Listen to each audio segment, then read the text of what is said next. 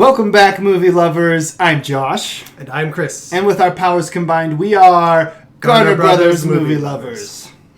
Today, we are doing our first ever segment of what we're calling Forgotten Films, where we look back at great films of the past that you might not know or may even have forgotten. Our film today is an homage to the screwball comedies of the 1930s and 1940s. It was the third highest grossing film from 1972, only beaten by The Poseidon Adventure and The Godfather. It is the 1973 winner of Best Comedy Award from the Writers Guild of America. It is number 61 on the American Institute's 100 Greatest Comedies of All Time list. It has a 7.6 IMDb score and an 89% on the tomato meter. And the first ever selected for the famous Garner Brothers segment. Our forgotten film today is What's Up, Doc? What's Up, Doc was directed by Peter Bogdanovich, who also wrote the story, though he collaborated with a couple of guys on the screenplay, and then they had another guy come in and write more. Stars Ryan O'Neal and Barbra Streisand, and Madeline Kahn and Kenneth Mars, who's just the best. This is a really great movie. So the movie is about 4 different people who all have identical bags, which are carrying top secret government documents, family jewels, I guess, igneous rocks, and just clothes. Right? Yeah. And they all end up at the same hotel, and it gets all mixed up. It is absolutely hilarious. It's lots of fun. And really carried by Barbra Streisand and Ryan O'Neal, who have just the greatest awkward chemistry ever. It's fantastic. So Peter Bogdanovich was actually approached by the movie studio, who told him that Barbra Streisand wanted to work with him after she saw his previous film. They gave him the script for that, and he said, I don't want to make that. If I'm going to work with Barbra Streisand, I want it to be a comedy. And he said, I want it to be like the screwball comedies of Cary Grant and Howard Hawks. And so he very loosely based this on Bringing Up Baby, the Cary Grant film. And the only similarities between this film and that film are that there is a very straight-laced professor who gets romantically entangled with a very free-spirited agent of chaos. And other than that, there aren't too many similarities between the films, but except for the style of it. Yeah, it's very much slapstick, it's super fast dialogue, and there's a lot of it. And it's a film that rewards repeat viewings, because every time you watch it, you find lines you'd forgotten about, or you finally understand a line that you've already seen 3 times, but you never really caught it. There is a lot of really fast dialogue in the film. Don't touch me, I'm a doctor. Have what? Music? Can you fix a hi-fi? No, sir. Then shut up! It requires you to pay attention, and I want to say the smarter you are, the funnier this is going to be, because if you can catch what they're saying as fast as it comes and you know what it all means, it's a really funny film. What's going on? Anything wrong? No. Just testing a theory Howard has about vocal reverberation into spinal pressure. You know, VRUSP. Oh, of course. yes. I think I read a monograph on that. But kids don't think it's a funny film. Yeah, this isn't... I mean, it's one you can watch. It's rated G. You can watch it with the kids, but they'll be bored. It'll be way over their heads until maybe once the car chase starts. Wow, that car chase. I think so. This is Madeline Kahn's first film, and she is a super annoying character, but really, really funny. Who is that dangerously unbalanced woman?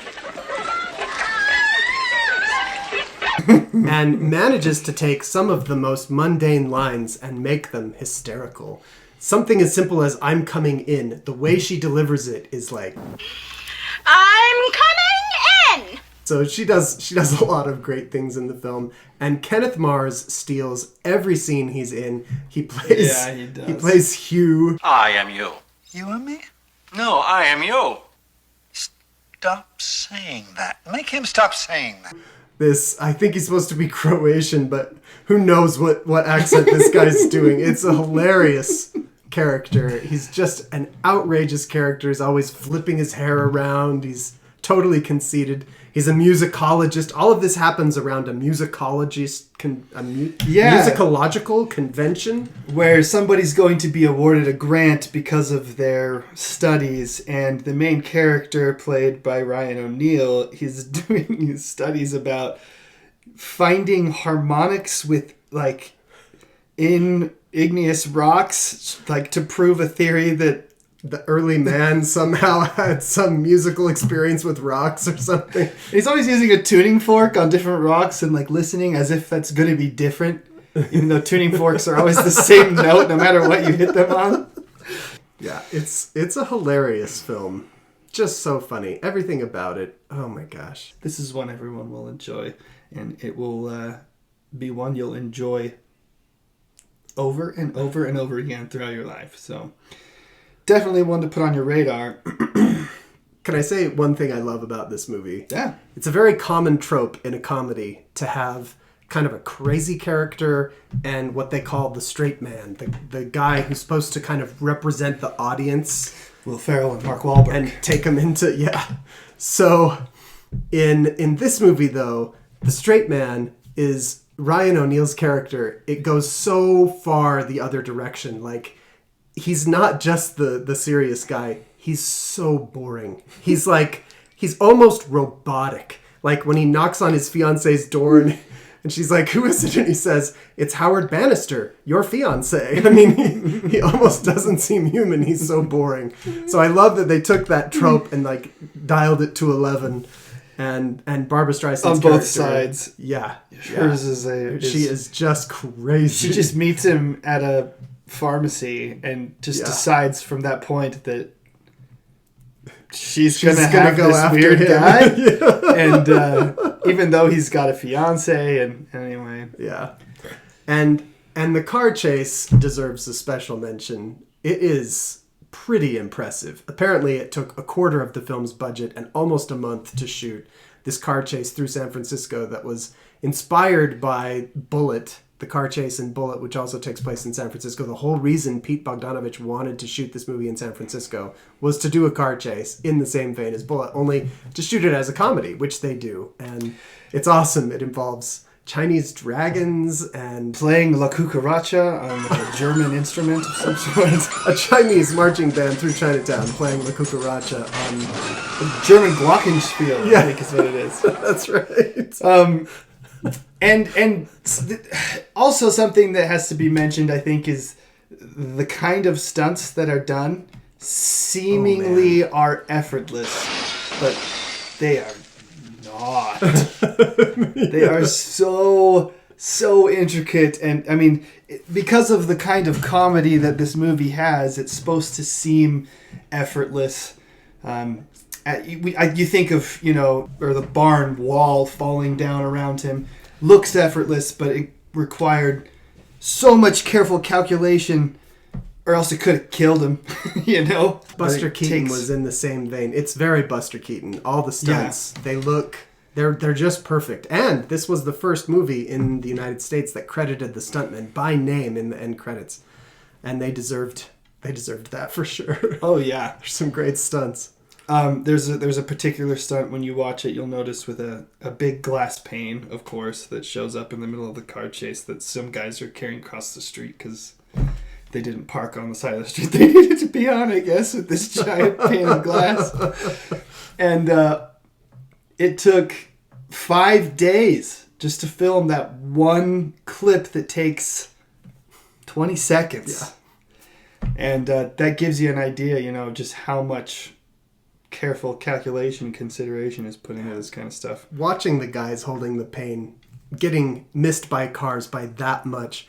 Early in the film too, Barbra Streisand's walking across, and she did this. There's no stunt woman doing that, but twice she crosses a street and she's so oblivious that she causes accidents both times that she crosses the street, and the accidents are happening right around her, and the director just told her, you just have to walk and not flinch. So she walks across the street, does not flinch. There are accidents happening right next to her, and she's in between two motorcycles. Yeah, they go on either side of her and crash into each other without flinching. These two motorcycles go whoop, right across her, and then ran into each other. And Yeah, there's a lot of great stunts. Peter Bogdanovich did not purchase vehicles for that second crash. For the second crash. One of these ones where she's walking across the street. Instead, what he did is just rented some from some place. Car rental. San Francisco. Yeah.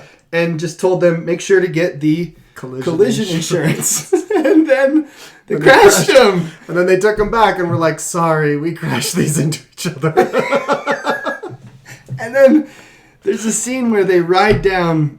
What are the steps that they ride down? You know what they're called? I don't, but there is a set of cement steps in San Francisco that they did not have permission to go down, and they wrecked them. And prior to this, it was common courtesy to make sure that you got permission from, the state and the city to film and to do, what you were going to do, but wasn't required. But after this movie, it was required in order to do that, to have a very detailed, explanation of everything you were going to be doing, because to this day, there's damage on those steps from those cars. Our explanation does not do this movie justice. No, it doesn't. You've got to go. You just got to watch it. You just have to watch it. And trust us when we say you're gonna love it. I think that the ratings on IMDb and Rotten Tomatoes are lower than this film deserves. Yep. It also Even deserves though to they're be high. much higher than 61 on the American Film Institute's list of best comedies. It's much funnier than some of the ones higher up on the list. Yeah. Anyway. But I'm glad that it's on the list. Yeah, it totally deserves to be. Great film. So, in case we don't see you, Good afternoon, good evening, and good night.